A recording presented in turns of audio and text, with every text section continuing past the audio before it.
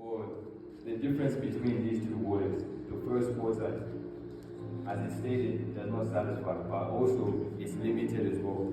It is limited to the flesh and the flesh alone. But then the second one, which Christ has stated as well, the living water, that one has no limitations. It works in the spirit and in the flesh also. And for it to operate in the flesh, first it has to start in our spirit, it has to start in our heart. And that starts with us.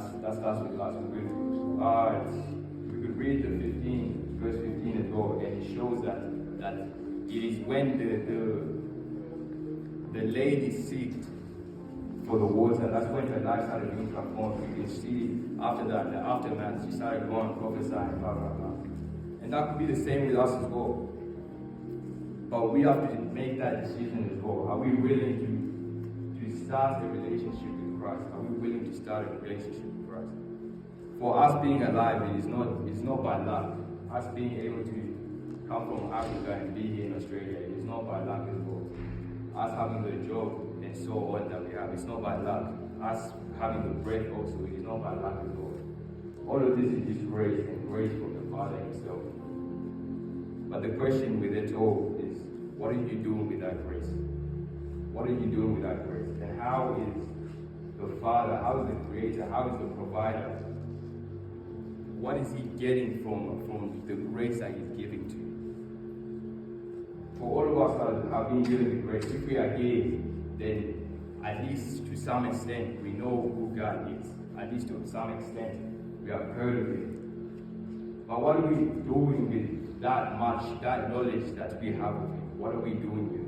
Are we seeking to invest in it? Or are we seeking to just remain in the comfort zone? Or are we seeking to just remain the same? For we have all been given a purpose. We do not just be given the grace to know Him just for the sake of knowing Him. But we can read in Mark, it states that we are sent to go and to spread the gospel. But what are we doing with that little knowledge that we are doing? Are we spreading the gospel, or are we just keeping it to ourselves? Are we spreading the gospel, or are we not even spreading the gospel to ourselves? For we can come and claim, we can use Christianity as a decoration, we can use that name as a decoration. But what is the whole point? Do we actually know the purpose of being a Christian? Do we actually know what that means?